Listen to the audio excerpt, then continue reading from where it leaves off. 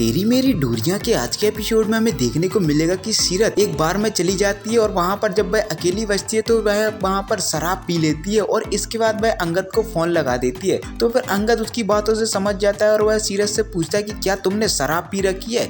तो फिर सीरत पहले तो नहीं बताती है, लेकिन वह कहती है कि मैंने थोड़ी सी वाइन पी है। तो फिर इसके बाद अंगद सीरत से कहता है कि तुम्हारे पीछे इतना शोर कैसा है, तुम कहाँ पर हो। तो इसके बाद सीरत कहने लगती है कि मैं तो रॉयल गार्डन्स में हूँ। तो फिर अंगद कहता है कि तुम वहाँ पर क्या कर रही हो और वहाँ पर क्यों गई थी। तो सीरत अंगद से कहती है कि मैं तो मम्मी जी के साथ आई थी, लेकिन वो अपनी फ्रेंड के साथ यहाँ से चली गई और मैं यहाँ पर अकेली रह गई हूँ।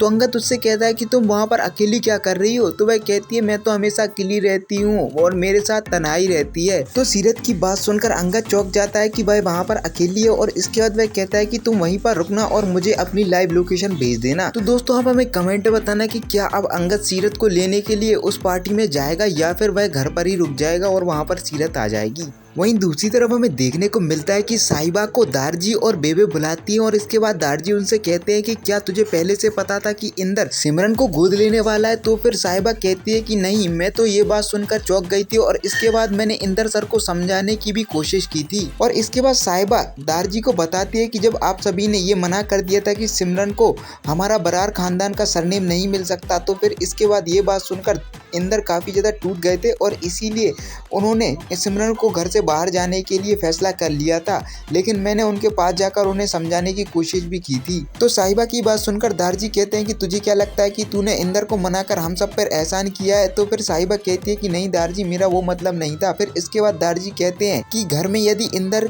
किसी की बात मान रहा है तो वो सिर्फ तुम हो, इसीलिए मैं चाहता हूँ कि तुम इंदर को मनाओ कि वो सिमरन को गोद लेने का फैसला छोड़ दे। तो दोस्तों आप हमें कमेंट बताइए कि क्या अब साहिबा दारजी की बात मानकर इंदर से यह कहेगी कि वह सिमरन को गोद ना ले।